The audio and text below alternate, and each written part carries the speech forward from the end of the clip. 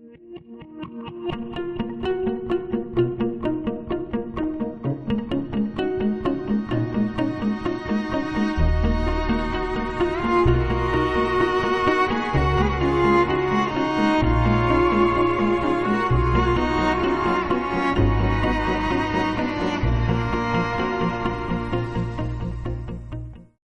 все российские школы введена новая программа «Основы православной культуры», где доступным языком раскрывается научно-историческое основание христианской веры.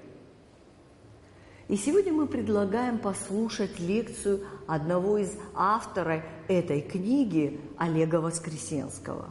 Дорогие зрители, дорогие жители Абхазии, я очень тронут такой возможности представить сегодня вам свидетельство своей веры, свидетельство истории, науки, истории о вере христианской. Она на этой земле появилась раньше, чем во многих других странах, и поэтому, конечно, очень хотелось бы, чтобы эта история веры, христианской веры на этой земле продолжала возрождаться и наполняться современным смыслом и содержанием.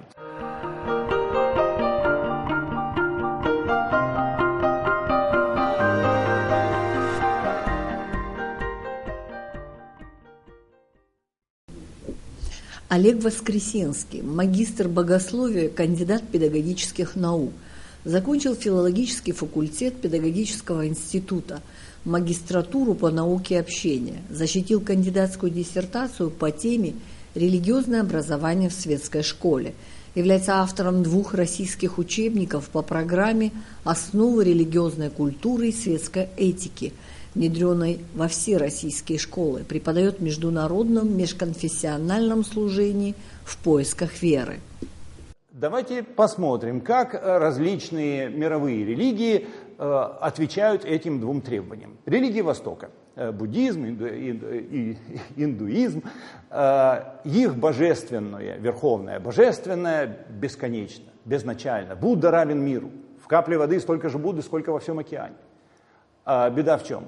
Это безличностные божества. Каждый из нас представляет себя личность. Мы не можем раствориться в безличностном божестве, не выйдя из своей личностной оболочки. Йога, вы знаете, что такое. Йога – это терапия, физкультура, а кроме того, это одна из методик как раз отключения всего, что человек представляет себя как личность. Сознание, памяти и так далее. То есть оставь свои сандалии на пороге храма, предлагают нам эти религии. И наоборот, религии Запада, наиболее распространенные, наиболее известные, религии древней Скандинавии, древней Греции. Вспомните легенды, мифы древней Греции, да, какие все колоритные персонажи. Беда в чем? Конечные, смертные по большей части. Да, они постоянно пытаются положить друг другу конец, да, и иногда им это удается. То есть они смертны, проблем у них не меньше, чем у нас. 3 религии, называются они авраамические, то есть восходят к праотцу Аврааму. Христианство, иудаизм и ислам знают и славят Бога, обладающего обоими необходимыми свойствами. Одного и того же Бога. Давайте вспомним, откуда ислам и откуда иудаизм черпает сведения, знания о том Боге, которого они славят. Из священных книг, написанных великими пророками. То есть с левой стороны у нас Моисей, с правой стороны Мухаммед. В словесной форме великие пророки слышат обращенные к ним откровения Божие, записывают в священных книгах. Но почему же тогда эти священные книги получились такими разными? Что это, разные боги все-таки были? Или он одному о себе одно говорил, другому другое? Или они слушали невнимательно? Чем отличается христианство? Христиане утверждают, что мы можем знать о бытии Божьем не через пророков и пророчества, хотя и пророки, и пророчества у нас, конечно, тоже есть, от него самого, непосредственно. Благодаря тому, что 2000 лет тому назад Бог стал человеком, вступил в человеческую историю и жил посреди людей, как человек, Иисус Христос. То есть явился людям в наибольшей полноте, в которой только одна личность может явиться другой. Слово стало плотью и обитало с нами, полная благодати и истины. Мы видели славу Его. Вера христиан, таким образом, принципиально отличается от любого другого вероучения на свете Тем, что она покоится на историческом факте. Наша вера исторична. И эта история, происшедшая 2000 лет тому назад, история Боговоплощения стала наивысшей точкой диалога между Богом и людьми. Вот как писал об этом отец Александр Мень. Диалог задолго до этого начался, он продолжается. Его явление, богоявление, стало вот наивысшей точкой этого диалога, когда он явился нам в наибольшей полноте, в которой только мы можем воспринимать другую личность. И я надеюсь, что я тут никому ничего нового не сообщаю, потому что 2000 лет тому назад об этом было известно апостолу Павлу, что если Христос не воскрес, если это не исторический факт, то вера наша тщетна. Мы еще во грехах наших. Она нечетна, ибо она покоится на этом свершившемся факте. Он уже произошел, с ним уже ничего не поделаешь. Он уже произошел в нашей истории. Да, не в каком-то там другом специальном измерении, в каком-то там духовном состоянии. Это часть нашей истории. Мы верим с вами в исторический факт. И поэтому, кстати, и поздравляем друг друга с самым большим, самым важным, самым главным нашим праздником на Пасху. Каким образом? Христос воскресе, говорим, да? Воистину воскрес. То есть мы констатируем факт и в ответ подтверждаем, что так оно и было. Христос воскрес, воистину воскрес. И это событие, центральное событие в человеческой истории, не случайно делит мир на до Рождества Христова и после Рождества Христова. Ибо вокруг него и происходит вся остальная история мира. А как же иные религии? Все иные религии – это стремление людей, лучших из людей, посвященнейших, иногда самых благороднейших из людей, устремление к Богу. Христиане утверждают, что Бог стал человеком, Он вступил в человеческую историю и жил посреди людей. То есть христианство – это не вероучение какое-то, хотя вероучение христианское тоже, конечно, есть. Да? Это не доктрина, это не, хотя и доктрина у нас тоже есть. Не идеология уж во всяком случае. Да? Это не традиция, хотя христианская традиция тоже очень богата, это, то есть не предание, это не философия, хотя христианская философия очень развита, и это не миф, хотя мифов христианских тоже довольно много бытует. Это свидетельство, это историческое свидетельство, и мы с вами часть этого свидетельства. Мы несем это свидетельство об этом событии миру. Однако, скажут скептики, ведь событие это произошло 2000 лет тому назад. Откуда мы знаем о событиях 2000-летней давности? Ну, историка спросите, любой историк вам скажет. Большую часть того, что мы знаем о событиях 2000-летней давности, мы знаем из исторических документов. Вот таковым документом, в котором подробнейшим образом описывается это историческое событие, является книга под названием «Книги». Правильно? Библия. Библия – это множественное число от Библос. Да? Библос – одна книга, Библия – много книг. Во второй ее части, в Новом Завете, подробнейшим образом описывается это историческое событие. Однако скептики скажут, да мало ли книг существует на свете. Вон на полках сколько всяких книг. Откуда мы знаем, что эта книга достойна нашего доверия, что она достоверна? Некоторые ведь как говорят, люди написали что-то, почему мы должны этому верить? Достойна ли она доверия как исторический документ? Если речь идет об историческом событии, об этом событии мы знаем из этого документа, насколько он достоверен. Вера в истину спасает. А вера, даже самая искренняя, в ложь и в бесовскую прелесть губит. То есть, насколько надежен наш источник информации. Мы живем с вами в век информации, насколько надежен этот источник. То есть с другими религиями, с другими философиями раньше разбирались. Современному пытливому сознанию подавай факты, подавай свидетельства науки. Так вот у нас, у христиан, они есть. Наша вера тем и отличается, принципиально отличается от любого другого вероучения на свете, что она покоится на фактах. И у нас их великое множество. Господь по милости своей оставил о себе богатейшее свидетельство в нашей истории, в нашей культуре, в окружающем мире. Давайте обратимся к этому источнику информации. Первый вопрос, который возникает, насколько он древен. На самом ли деле составили этот текст, это свидетельство о боговоплощении компетентные авторы? То есть участники, свидетели событий 2000 лет тому назад. Ведь существует теория о том, что книга была эта написана 4 столетия спустя, в эпоху императора Константина. Да? Вот «Код да Винчи», наверное, кто-нибудь читал или фильм смотрел, вот там об этом речь идет. Да? В эпоху императора Константина уже свидетелей не было, можно было писать все, что угодно, то есть все, что угодно императору Константину. На интернете можно найти интереснейшие свидетельства о том, что якобы Библия была написана в XVI веке 2 русскими монахами за один вечер. Грамотные ребята подставили ссылочки, а мы теперь читаем, говорят. Вот. То есть первый вопрос о древности этого источника. Второй вопрос о сохранности. Ведь на чем тогда писали-то? Цифровых носителей информации еще не изобрели в те времена. Носители информации были очень хрупкие. Пергамент, папирус. Хранится очень плохо. 30-40 лет в открытом виде. А потом все, эрозия, и пропадает документ. То есть в герметическом сосуде без доступа кислорода, без доступа влаги может храниться хоть 2000 лет. Вот в книге Иеремии содержится подробнейшая инструкция о том, как хранить древние рукописи. Ну, как известно, мужчины инструкции не читают, вот, все своим умом пытаемся постичь. И, вероятно, хранение рукописей было поручено мужчинам, и поэтому оригиналов древних рукописей до нас не дошло. Дошли лишь копии. И копии копий. Значит, чем занимается наука палеография, текстология? Она восстанавливает текст оригинала по множеству копий, которые дошли до нас. Откуда мы знаем, спрашивают скептики, что палеографы справились со своей задачей, что они восстановили текст близко к оригиналу, что мы сегодня читаем тот же самый текст, который был написан 2000 лет тому назад.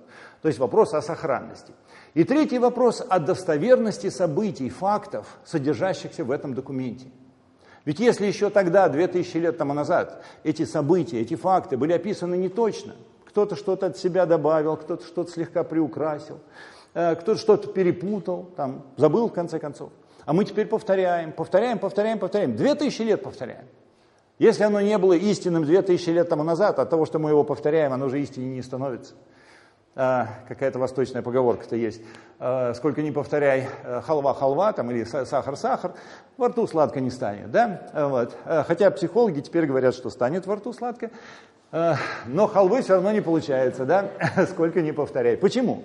Ингредиенты должны быть настоящие, подлинные. Да? То есть эти события только в том случае для нас имеют смысл сегодня, если они тогда, 2000 лет тому назад, происходили именно так, как они описаны в этом историческом документе. Давайте же мы с вами и сравним этот документ, как исторический документ, с другими историческими документами, которым вполне доверяет современная наука.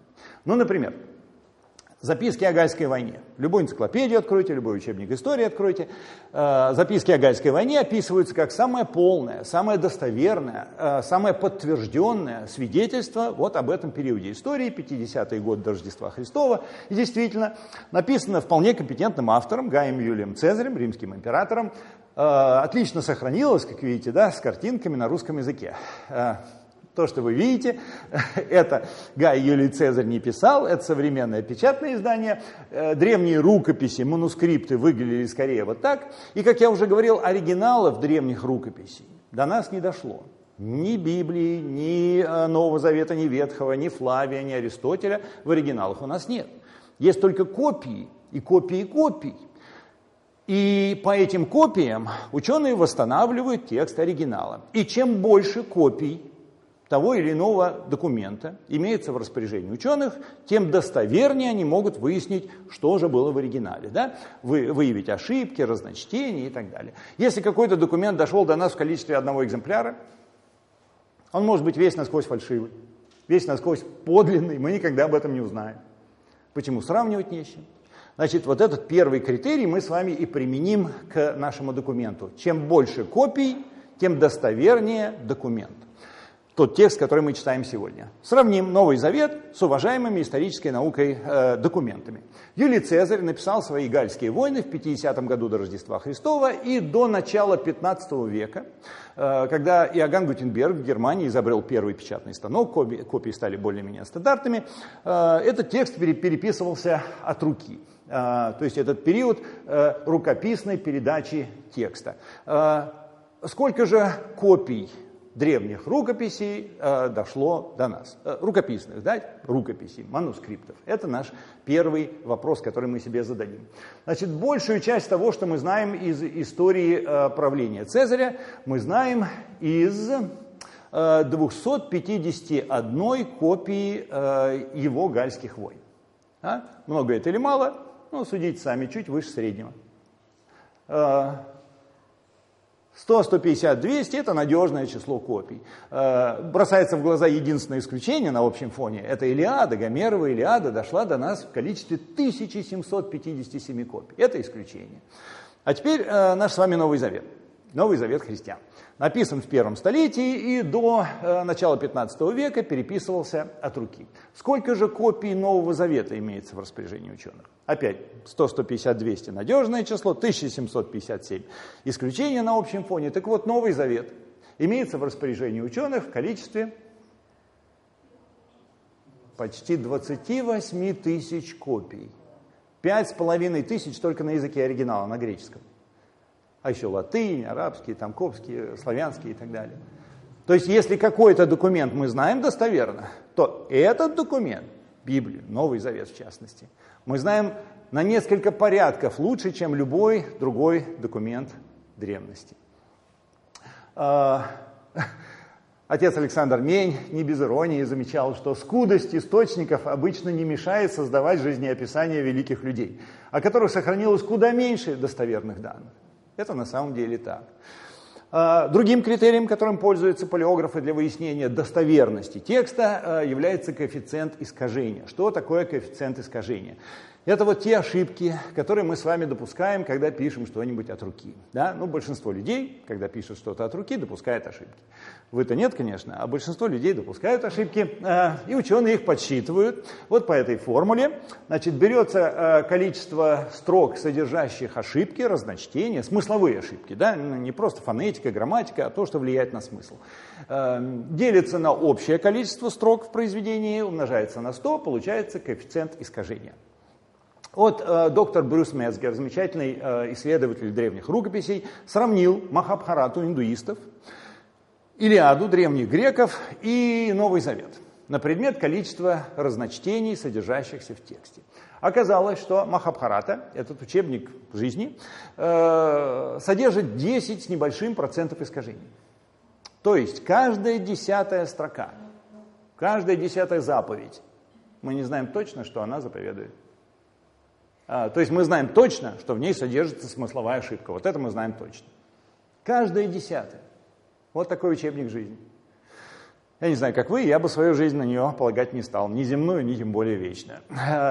Илиада, ну, на этом фоне выглядит неплохо, да? Чуть меньше 5%. То есть каждая 20-я строка, каждый 20-й стих Илиады, мы не знаем, как он звучит. То есть мы знаем, как он звучит. Он изумительно звучит в переводе Гнедича. Да? Вот мы и читаем в переводе Гнедича и радуемся. Только мы Гнедича читаем, а на греческом тексте такой ясности нет. Я вот на филфаке когда-то изучал Илиаду, а сейчас думаю, которую Илиаду мы там изучали. Их несколько, по идее, должно быть. Да? И наш с вами Новый Завет христиан. Это не 20%, это не 2%, это 0,2%. То есть на 20 тысяч стихов Нового Завета всего 40 стихов содержат смысловые разночтения. Всего 40.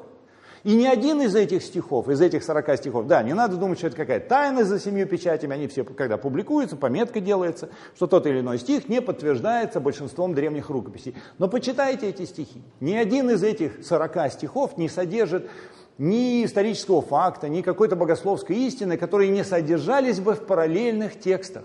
У нас же не случайно несколько Евангелий, 4 Евангелия, они перекрывают одно другое. Значит, если в каком-то из Евангелий текст не подтверждается большинством древних рукописей, он обязательно присутствует в другом Евангелии, где он подтверждается. То есть достоверность Нового Завета, как исторического документа, 99,8%. Подумайте сами, какого документу в своей жизни вы верите на 99,8%. И третий критерий, который мы сегодня с вами рассмотрим, это древность рукописей.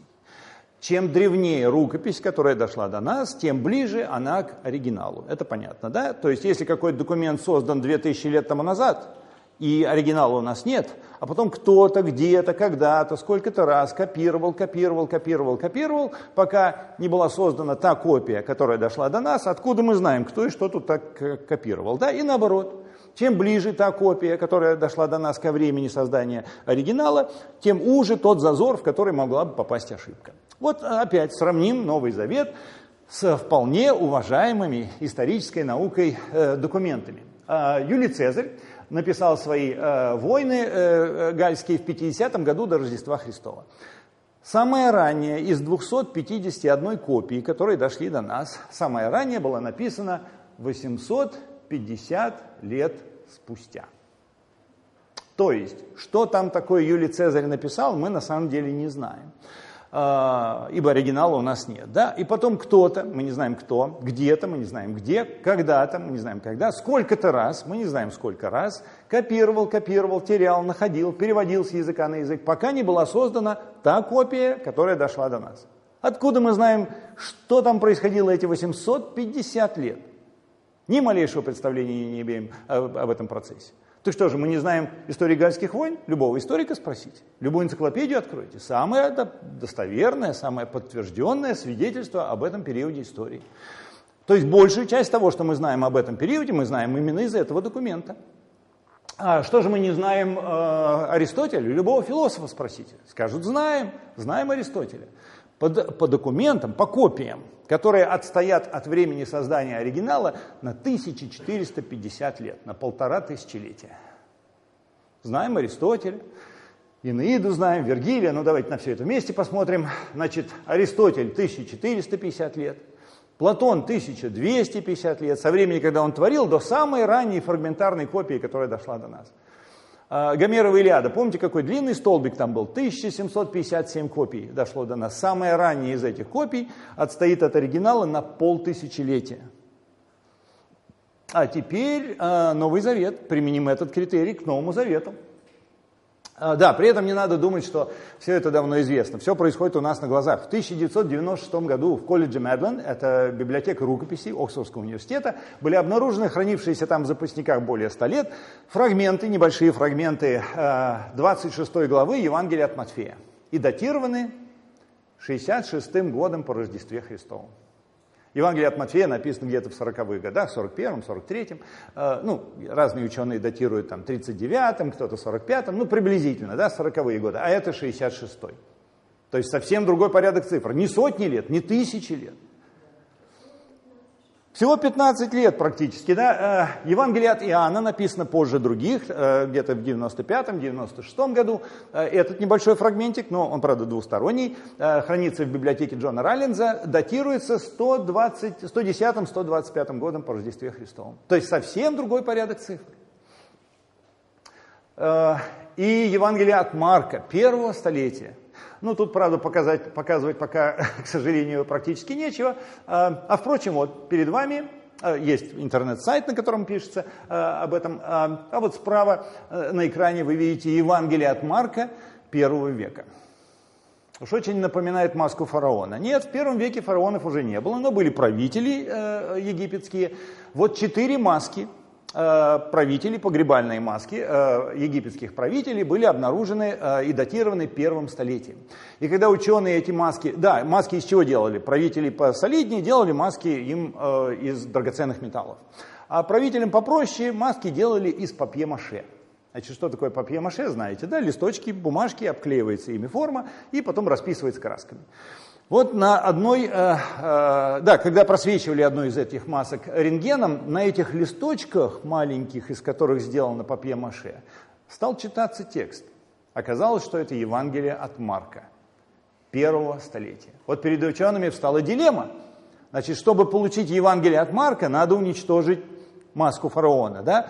Вот, чтобы получить один артефакт, надо уничтожить другой. Но вот 4 года они решали эту дилемму, в 2012 году было сделано это открытие, и в 2016 наконец было принято решение, поскольку масок все-таки 4, а Евангелия от Марка у нас до сих пор не было, было принято решение, как говорят, замочить фараона. Вот. Ну, то есть, эту маску опустили в специальный раствор, вот, и теперь ее распускают по листочкам. Вот к концу 2016 года должна быть торжественная инаугурация, презентация Евангелия от Марка первого столетия.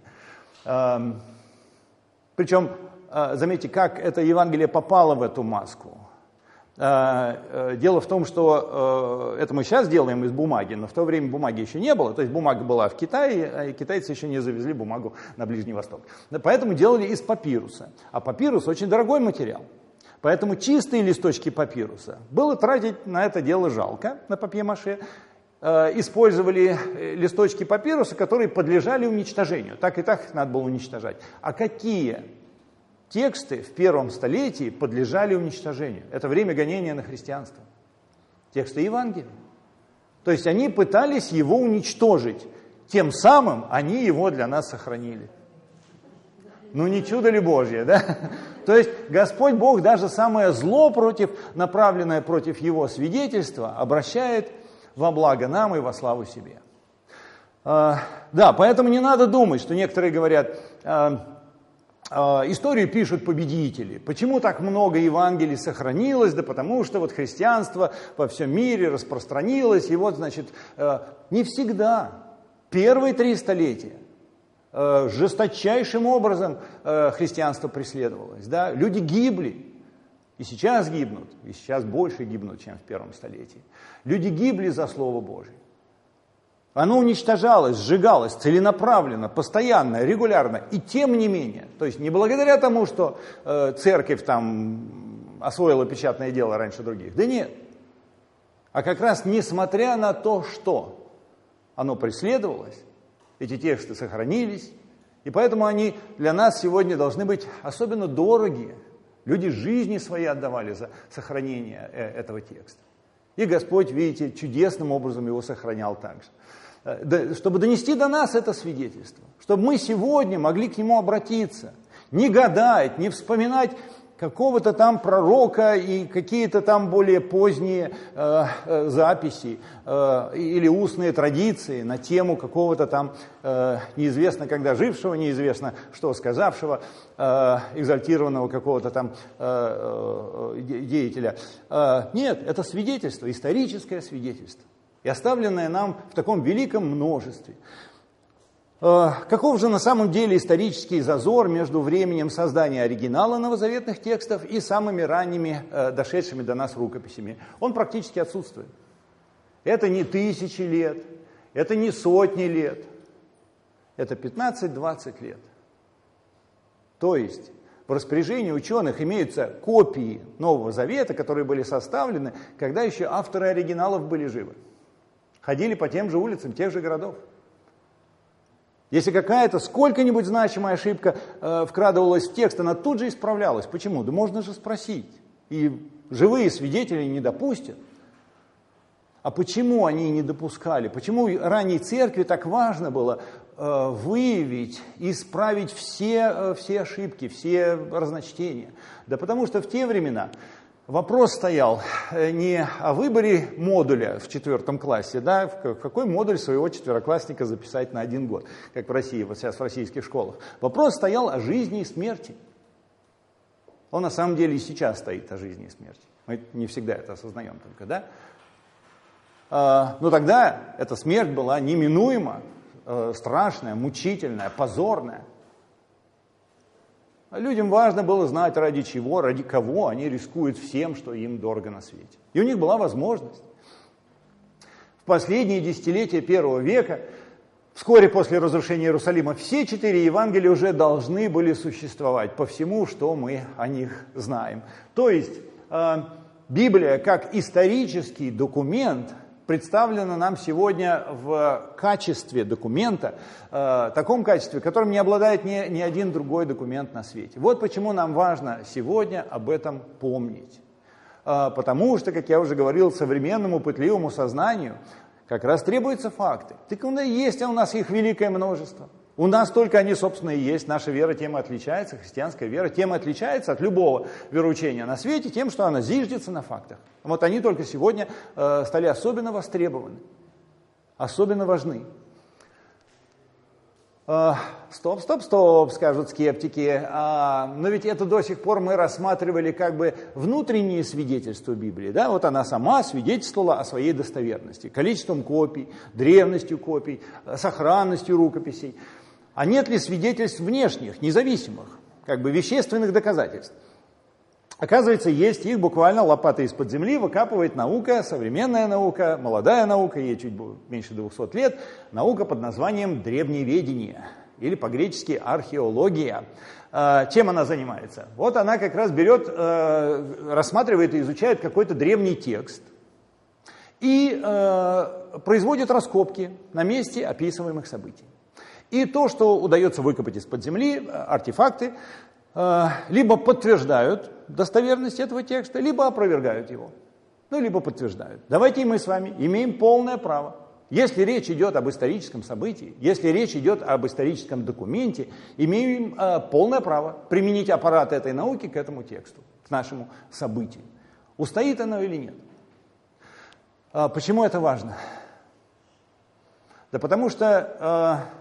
Если, скажу, почему мне это важно, если моя вера в чем-то, в каком-то отношении несостоятельна или неосновательна, я хочу быть первым, кто об этом знает.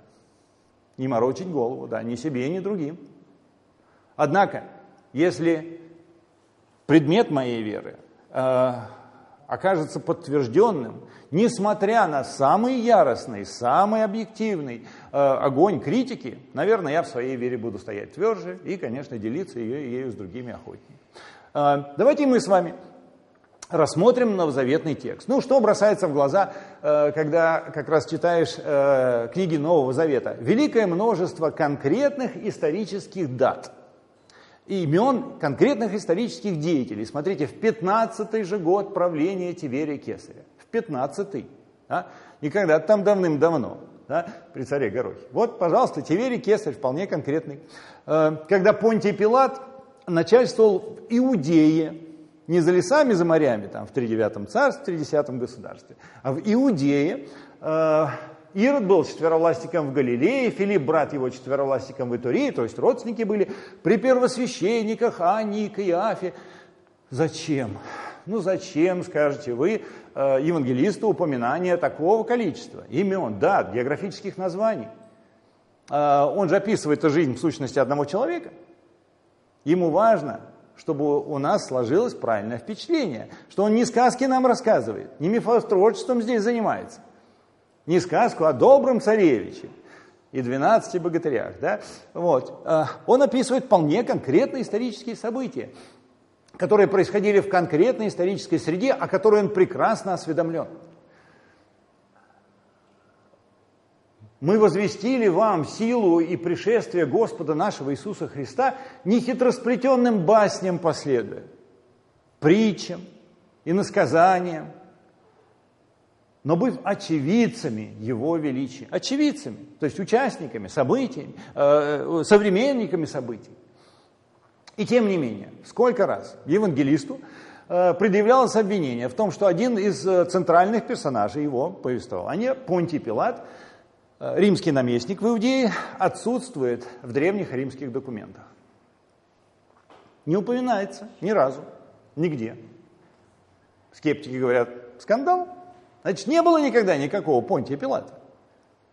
Римский чиновник, государственный деятель, да, должен был за зарплату расписываться, по крайней мере, где-то в ведомости. Вот. Нет, не упоминается, не расписывался за зарплату. Вот. Значит, не было, говорят, то есть он упоминается, но только в связи с этой конкретной историей, казни Христовой. Говорят, стало быть, и вся эта история, и все ее действующие лица вымышленные, литературное произведение, литературные персонажи. Вы помните, о ком идет речь, да? В белом плаще с кровавым подбоем, шаркающей кавалерийской походкой 14 числа весеннего месяца Ниссана в крытую колоннаду дворца Ирода Великого вышел 5-й прокуратор Иудеи, всадник Понтий Пилат. Больше всего на свете прокуратор ненавидел запах розового масла, ну и так далее. Это «Мастер и Маргарита», 2 глава, начинается как раз с описания этого самого прокуратора иудейского, то есть римского прокуратора в Иудее. Так говорят, значит, как у Михаила Афанасьевича Булгакова. Это вымышленный персонаж, литературный герой. Вымышленный, утверждали скептики, пока при раскопках города Кесария на Средиземном море, Кесарии было много, это вот та, которая на Средиземном море, археологи не обнаружили замечательный строительный блок, камень с надписью на нем. Понтий Пилат, наместник в Иудее, посвятил народу Кесарии храм в честь Тиберия. Тот самый Понтий Пилат. Та самая Кесария, та самая Иудея, тот самый Тиберий. И вне, заметьте, какой-либо связи с казнью Христовой. Человек храм построил, об этом идет речь. Это в 70-е годы, вот 20-го столетия. Наука археологии очень молодая, и очень, как молодая наука, многие молодые науки, они очень деятельно набирают свой материал. Однако, несмотря на то, что наука это существует всего 200 лет, ею произведено было так много, благодаря, наверное, этому интенсивный труд. И тем не менее, из исторической территории Израиля обработано археологами лишь 4%. Всего 4%. То есть представьте, как много еще открытий чудных нам с вами предстоит в этой области. Дело в том, что там же продолжают жить люди. Нельзя же просто дом снести для того, чтобы там на его месте произвести какие-то раскопки. Однако, если что-нибудь приходится копать, то, как правило, вызывают археологов. Какая-то там труба лопнула, дорогу проложить надо, траншею какую-то, обязательно вызывают археологов, чтобы воспользоваться этим случаем вскрытия почвы и обработать вот этот участок. Однако вот за 200 лет обработали всего 4%. Вот. Работаем, продолжаем, трудимся. И поэтому и материалов появляется все больше и больше. Мы с вами, конечно, сегодня познакомимся лишь с какой-то частью этих материалов. Их на самом деле великое множество. Итак, вполне конкретное историческое лицо. Независимое свидетельство. Другой персонаж новозаветного текста, видный персонаж, Каиафа, первосвященник иудейский. Он-то куда девался, как сквозь землю провалился.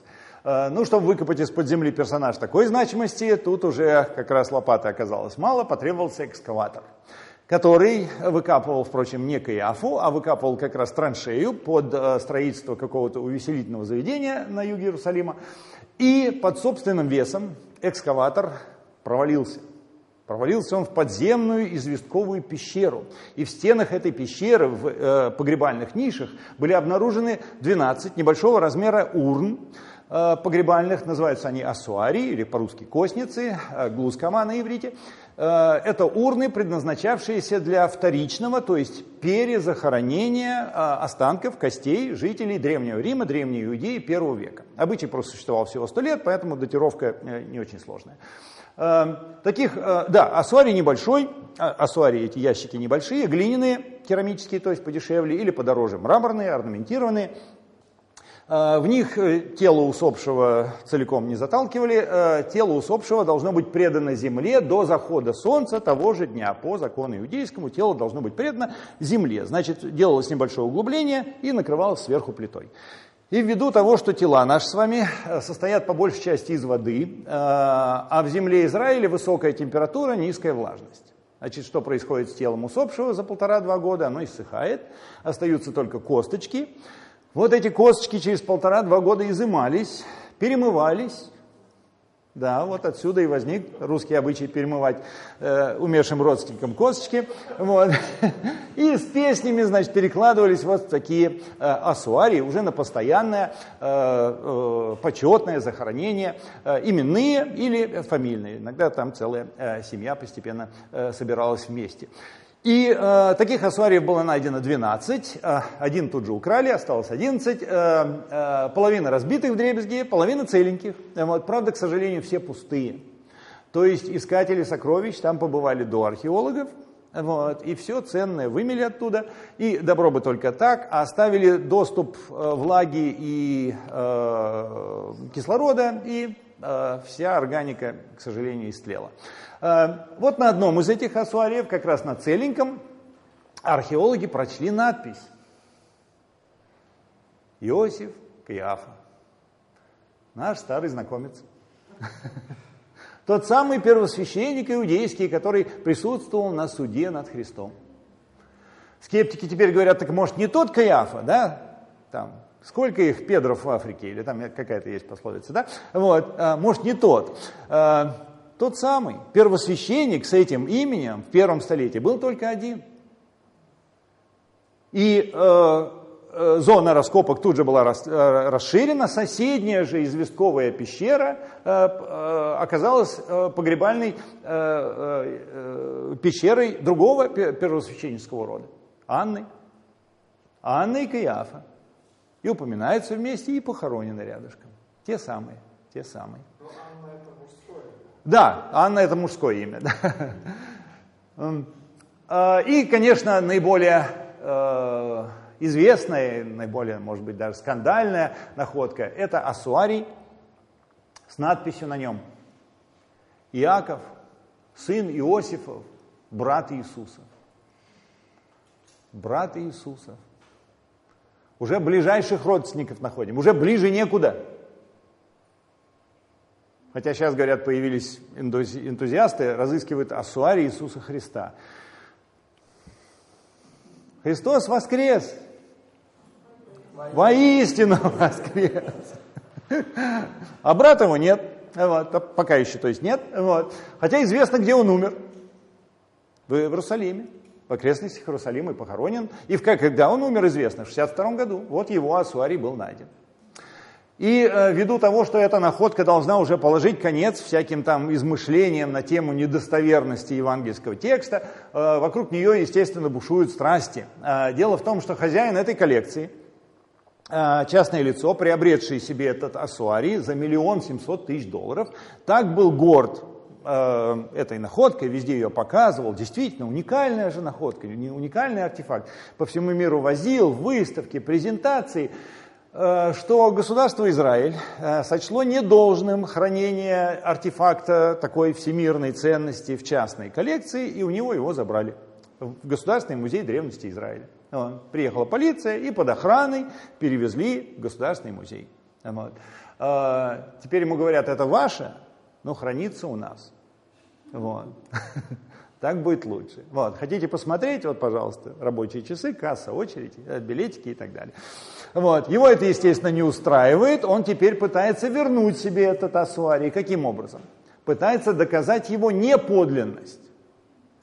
Пытается доказать, что вот те два слова, брат Иисусов, вот они на иврите с левой стороны, наоборот, приписаны позже, что надпись якобы не цельная, и ассуарий не подлинный, таких денег не стоит, поэтому верните мне половину денег и сам ассуарий. При этом к археологам он даже не обращается. Все археологи, ни один археолог, освидетельствовавший эту находку, не находит достаточно оснований сомневаться в достоверности, подлинности надписи. Поэтому он обращается в суд Израиля.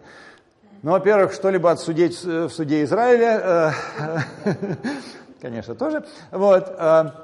Но ведь суд даже сам ничего не решает. Суд передает экспертам, эксперты выносят свое мнение, ему отказывают, он через 1,5-2 года подает апелляцию, опять там какой-то спектрографический анализ, еще какой-то анализ. Уже его самого обвинили в подделке, потом оправдали. В общем, история продолжается. Ну что, 2000 лет ждали, придется еще несколько лет подождать, когда они наконец там угомонятся, и станет ясно, что это тот самый брат Иисуса, о котором речь идет и в Евангелии от Матфея, и в независимом источнике. У Иосифа Флавия, историка первого столетия, он также упоминается.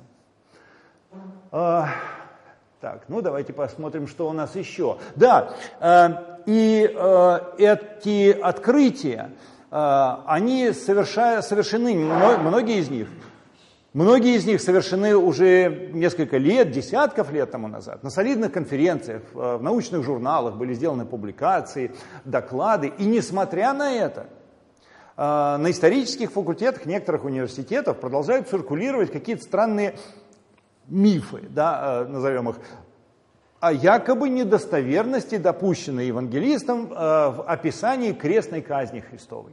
О чем идет речь? о гвоздях. Значит, согласно одной из таких гипотез, назовем ее, гвозди в Древнем Риме, в Древней Иудее в первом веке были очень дороги. И поэтому распинаемых на кресте в первом столетии римляне не прибивали гвоздями к кресту, а привязывали веревками. А подешевели гвозди только 1,5 века спустя. Вот тогда, в конце второго столетия, римляне стали использовать гвозди в этой вот страшной казни. А если евангелист описывает практику конца второго века, значит, он и жил 1,5 века спустя. Значит, грош ему цена как участнику и свидетелю событий. И это, несмотря на то, что еще в 1968 году археология совершила вот это неаппетитное археологическое открытие, которое заключается в следующем. Значит, светлый материал, который вы видите посредине, это кости, лодыжки и ступни жертвы распятия. А вот это гвоздь. Видите, шляпка, и обратите внимание, с обратной стороны острие. Острие загнуто. Значит, археологи предполагают, что произошло. Гвоздь пробил ногу несчастного, это левая нога, и попав в сучок, попав в столб, угодил в сучок. И когда римляне его забивали, гвоздь загнулся и застрял в столбе. И римские солдаты, вообще крепкие ребята были по большей части, но даже они этот гвоздь из столба выдернуть уже не смогли. Гвозди действительно были очень дороги. И поэтому их выдергивали и использовали несколько раз. Но этот конкретный гвоздь застрял в столбе.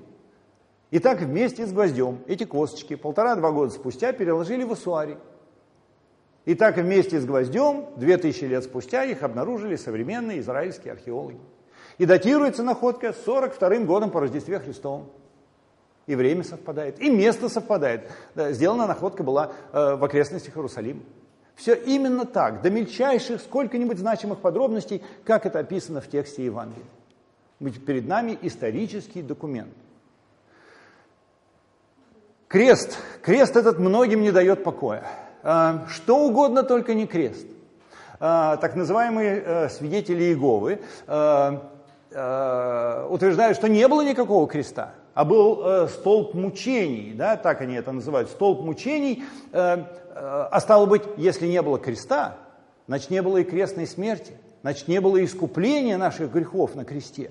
И Бога не было на кресте, не был Он распят, потому что во Христе, согласно их вероучению, не очень понятно на чем основывающимся, уж точно не на исторических документах и не на тексте Нового Завета, в совершенного человека вселился дух архангела Михаила, или что-то вот в этом роде.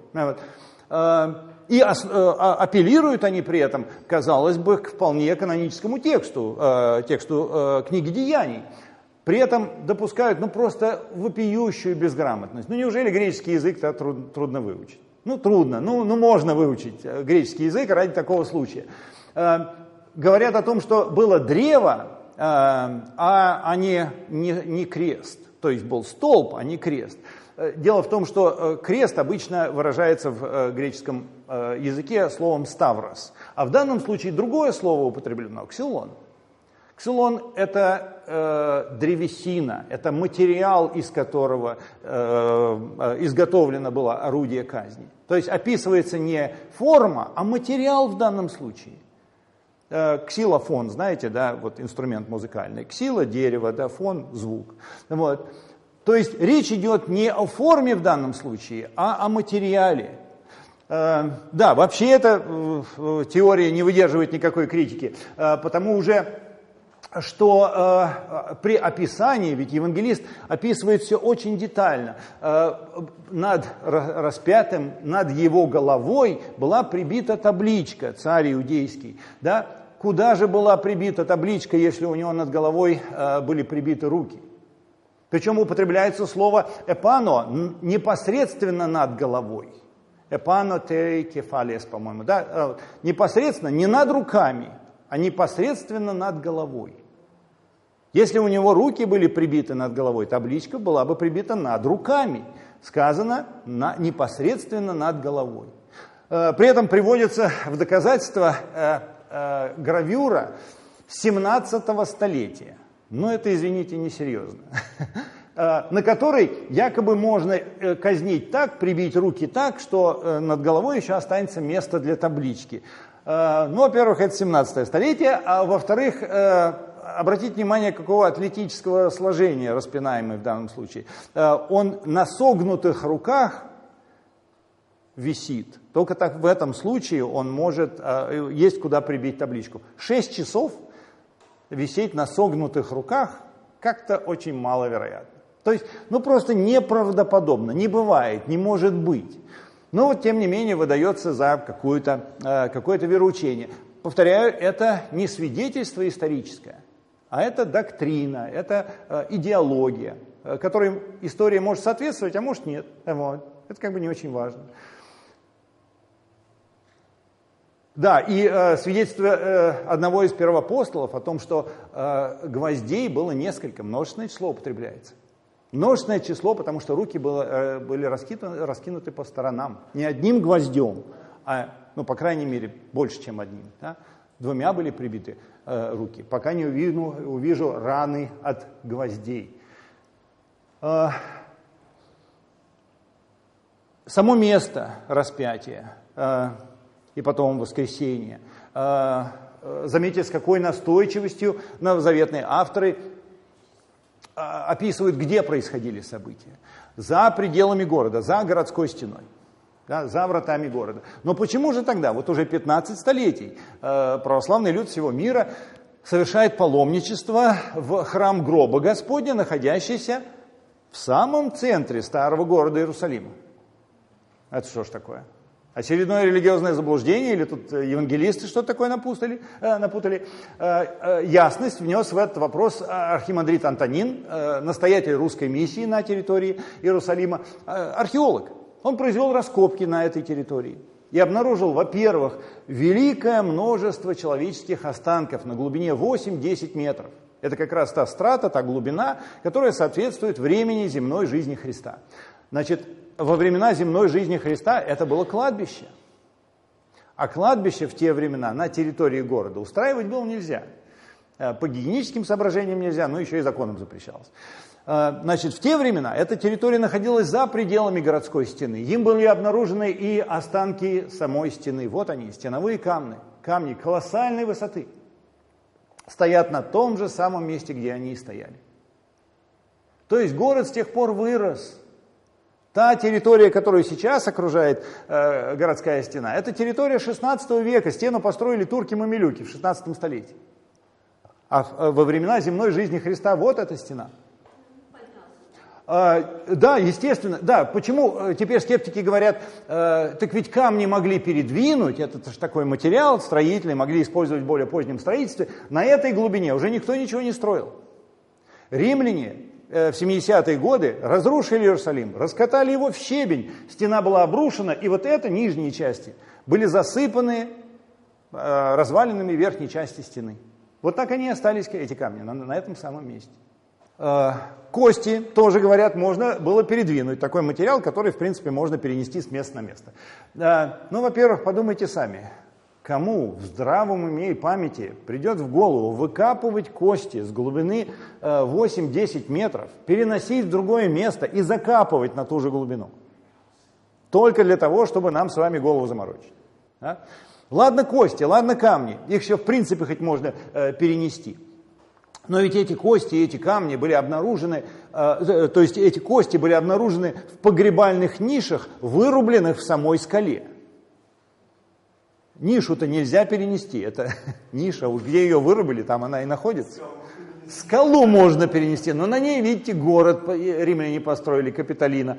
Вот. Кстати, построили его уже на той высоте, этого среза стены, да, верхняя часть стены была обрушена, а вот на развалинах римляне построили на другой глубине, то есть совсем. То есть честные историки, вот, которые не творят историю, а описывают ее. Вот история происходит, они ее описывают. Вот таким был Уильям Рэмси, один из основателей археологии как науки. На основании тех артефактов, которые сам добыл в земле Израиля, пришел к выводу о том, что история в изложении Луки является непревзойденной по ее достоверности. Лука, историк, самого высшего разряда. Мы с вами сегодня не только читаем тот же самый текст, который был написан 2000 лет тому назад, но и события, описанные в нем, происходили именно так, как они описаны, до мельчайших сколько-нибудь значимых подробностей. То есть чего-чего, а лопаты Библия может не опасаться. Все, что выкапывается из-под земли, подтверждает ее достоверность. Кому из вас не хватает свидетельств? Милости просим на раскопки. Раскопки ведутся силами волонтеров. И существуют на интернете сайты, на которых можно зарегистрироваться, поехать и провести отпуск с пользой. Выкопаете столько свидетельств, сколько вам лично будет достаточно. Там же читаются лекции по новозаветной археологии для всех желающих и участников раскопок.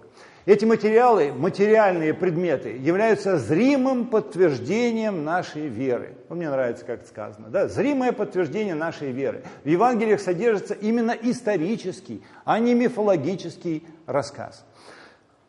Но почему же так трудно людям поверить в содержание этого текста? Да потому что и на самом деле, ведь описывается в нем событие уникальное, парадоксальное, чудесное, сверхъестественное. Бесконечный Бог стал человеком, вступил в человеческую историю и жил посреди людей. Действительно, доверить себя, довериться этому свидетельству людям бывает трудно. Наша воля, орган принятия решения, поражены грехом. Гордость, камень преткновения, который не дает нам смириться и предать себя в руки Всеблагого, Всеведущего, Всемогущего Господа. Однако Он терпелив, Он щедр. Вы видите, как много Он оставил по себе свидетельств, как богата наша жизнь, наша культура, сохранившие, материальная культура, сохранившие эту информацию, да, эти сведения. И поэтому мне хотелось бы, чтобы вы теперь, может быть, обратились к этому тексту не как к очередной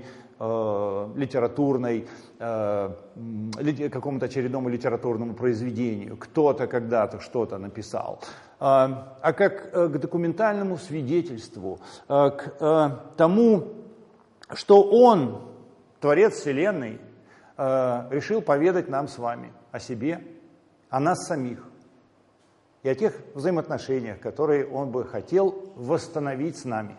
Ведь слово «религия» восходит к латинскому «religere». «Religere» — это восстанавливать связь, восстанавливать контакт. Вот он был разрушен, он был потерян. Мы отчуждились, стали ему чужими. Он сделал все от него зависящее для того, чтобы подойти к нам вплотную. Вот уже ближе некуда. Он стал одним из нас. И оставил по себе свидетельство. Свидетельство в Слове Божьем, так называют его христиане, и не случайно, это действительно его слово о себе. Уже та история, подчас чудесная история, которую мы с вами рассмотрели, говорит о том, что это не случайный текст. Вот. Что в его сохранении и в его донесении до нас участвовала воля Божья. И хорошо, если мы с вами будем обращаться с ним бережно, уважительно, почтительно и с той мерой доверия, которую он вполне заслуживает. Вот я хочу спросить, вот как вы пришли к Богу? Вот я, например, сердцем приняла Бога, а вот с точки зрения науки или как-то, как вы пришли? Спасибо. Вопрос очень личный. Действительно, мы сегодня рассматривали разумное основание веры. Но ведь оснований веры может быть множество. Разумное не является единственным, даже самым главным. Да? Люди очень по-разному приходят к вере. Кто-то благодаря той культуре, в которой человек вырос, да? Кто-то благодаря тому чуду, которое в жизни человека произошло, и этого чуда, этого мистического основания оказывается достаточно. Умные люди умные книжки читают, значит, философское может быть основание веры, а может быть глубоко личное.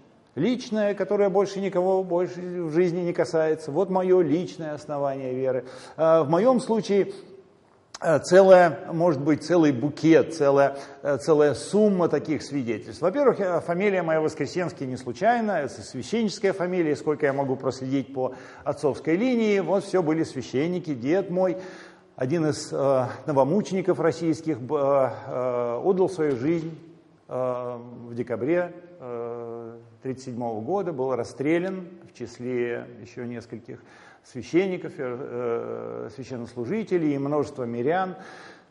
И братская могила, существует общий такой мемориал в Орловской области, я вот его недавно посетил, это было такое вот прикосновение к моей истории, вот свидетельство моей семьи. В моей семье кто-то жизнь отдал за веру свою. Это, естественно, побудило меня к серьезному, очень серьезному и очень личному поиску. И я его искал в культуре, изучал культуру, православную культуру, я в ней вырос, она мне дорога, она мне интересна. Однако вот этот шаг навстречу Богу произошел в моей жизни благодаря встрече с моей женой Оксаной, которая пришла к вере в Бога несколько раньше меня, хотя она младше меня, вот, но, вы знаете, взяла меня вот просто за пальчик и привела в храм. Вот, и она, ее жизнь, ее свидетельство стало для меня решающим и, пожалуй, безусловно, наиболее убедительным свидетельством, что это не только вероучение, это не только культура, это не только там философия, я философиями занимался разными, изучал, вот, более или менее убедительным, а это жизнь.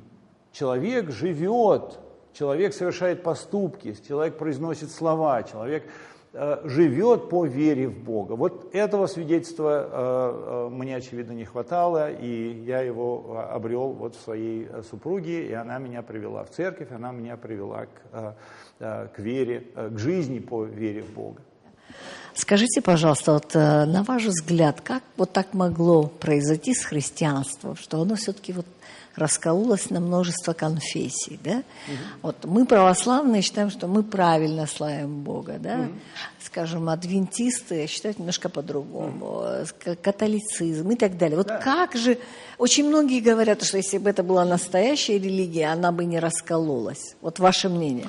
У меня на этот счет есть некое убеждение в том, что это не многообразие конфессий и опыта христианского, не следствие там, грехопадения, отклонений и так далее, абсолютное необходимое условие для соблюдения нами важнейшей заповеди, в которой весь закон и пророки. «Люби ближнего своего». Это слово «ближний» удивительным образом переведено с греческого языка так, что понять его практически невозможно. Что значит ближний? Что значит любить ближнего? Вот вы ко мне ближний, я вас люблю, а вот во втором ряду уже, извините, да. Вот. Не в этом же, наверное, дело. Люби ближнего как самого себя, сказано, да? То есть, наверное, речь идет не о каком-то вот, не какой-то вот пространственной дистанции. Это слово, я вот долго его искал осмысление, и в греческом пытался найти, и в других языках, вот, которые я знаю, и открыл его благодаря свидетельству Сергея Сергеевича Аверинцева, замечательного филолога, академика, ну вот ныне покойного уже. В одной из статей я прочитал упоминание о том, что исконное и первоначальное значение слова «плесион», по-гречески «ближний», это иной, другой. Ближний в том смысле, что не я, а вот тот, кто рядом со мной. То есть отличный от меня. То есть люби иного, как ты любишь самого себя. Тогда все понятно становится. Ближний в том смысле, что не я. Не я. Люби не себя или не такого, как ты любишь самого себя. Тогда все становится на свои места. Да? Люби другого, иного, не похожего, не согласного, не любящего тебя. Вот. И только тогда ты исполняешь волю Божию. То есть, когда мы любим таких же, как мы, окружаем себя такими же, как мы, и любим их ужасно всех, да, вот, это мы продолжаем любить самих себя, в другом человеке. Вот. Или другого человека встречаем, сначала его пытаемся убедить в своей правоте, делаем его таким, как мы, а потом его ужасно за это любим. Да? Опять, это мы все еще любим самих себя. Господь же, призывает нас любить другого, иного, несогласного. То есть любить не за то, что, а так, как Он любит нас. Он любит нас, несмотря на то, что. Его любовь парадоксальна. Он любит нас, когда еще Он за нас умер, когда мы были еще грешники. Да? Не за то, что мы такие хорошие, а несмотря на то, что мы недостойны Его любви. И вот эту-то любовь Он нам и заповедал. А она возможна только в том случае, если эти другие есть. Если бы мы все были согласны между собой, мы бы не могли исполнять эту Его заповедь. Да? Она бы потеряла всякий смысл. Если мы все одинаковые, квадратненькие. Кстати, Он мог бы нас создать всех одинаковыми. Да? Как удобно, экономично. Да? Вот все квадратненькие, одинаковые. Он по своей милости к нам, по своей любви к нам создал нас такими разными, с разным опытом, с разным, там, не знаю, генетическим, физическим, психологическим, культурным, языковым и так далее, и духовным опытом, именно для того, чтобы эта Его заповедь имела смысл, чтобы мы могли ей следовать. А зачем это нужно Ему? Ну, зачем это нужно нам, по большому счету? Да, опять. Да потому что это наш единственный шанс на земле, любя ближнего, научиться любви Божьей. Потому что Он нас так любит. Чтобы мы знали, как Он нас любит, мы должны любить другого, ближнего. И именно в этом смысле ближнего, плесион, другого, иного. Пока мы этого не научились делать, мы не любим Бога. Потому что, да, почему? Потому что Он нам ближний, Он нам иной, Он нам другой. Да? Мы смертны, Он бесконечен, безначален. Он всеведущ, мы в лучшем случае образованы. Да? Вот. Он всесилен, но мы в лучшем случае неплохо выглядим. Да? Вот. Мы иные Ему, Он свят. Мы, по большей части, да, я думаю, здесь все, грешники. То есть это наш единственный шанс научиться любви Божьей через любовь друг к другу. Для любви друг к другу, к другому. Вот этот другой должен быть другим, он должен быть ближним. И поэтому, мне кажется, Господь и попускает вот это великое множество разнообразия опыта, чтобы мы любили другого. Другого, не согласного с нами исторически, культурно, по языку, там, не знаю, политически и так далее. Сначала его любили, а потом все остальное. Можно спорить потом до хрипоты, до драки. Вот. Но сначала полюбить. Вот. Так, как мы любим самого себя. А как мы любим самого себя? Ну, тут особенно никого учить не надо, все вроде умеют самих себя любить. Да? Вот. К себе терпеливы, внимательны, с пониманием относимся, да? Вот. Бережно, вот так же. К другому, к иному, к ближнему. Вот поэтому, мне кажется, такое многообразие церквей и церковного опыта абсолютно необходимо. Научные факты и исторические свидетельства об Иисусе Христе еще раз подтверждают истинность евангельских событий, описываемых в Библии. «Имеющий уши да услышит», гласит предание. Ну а мы с вами прощаемся до следующей пятницы.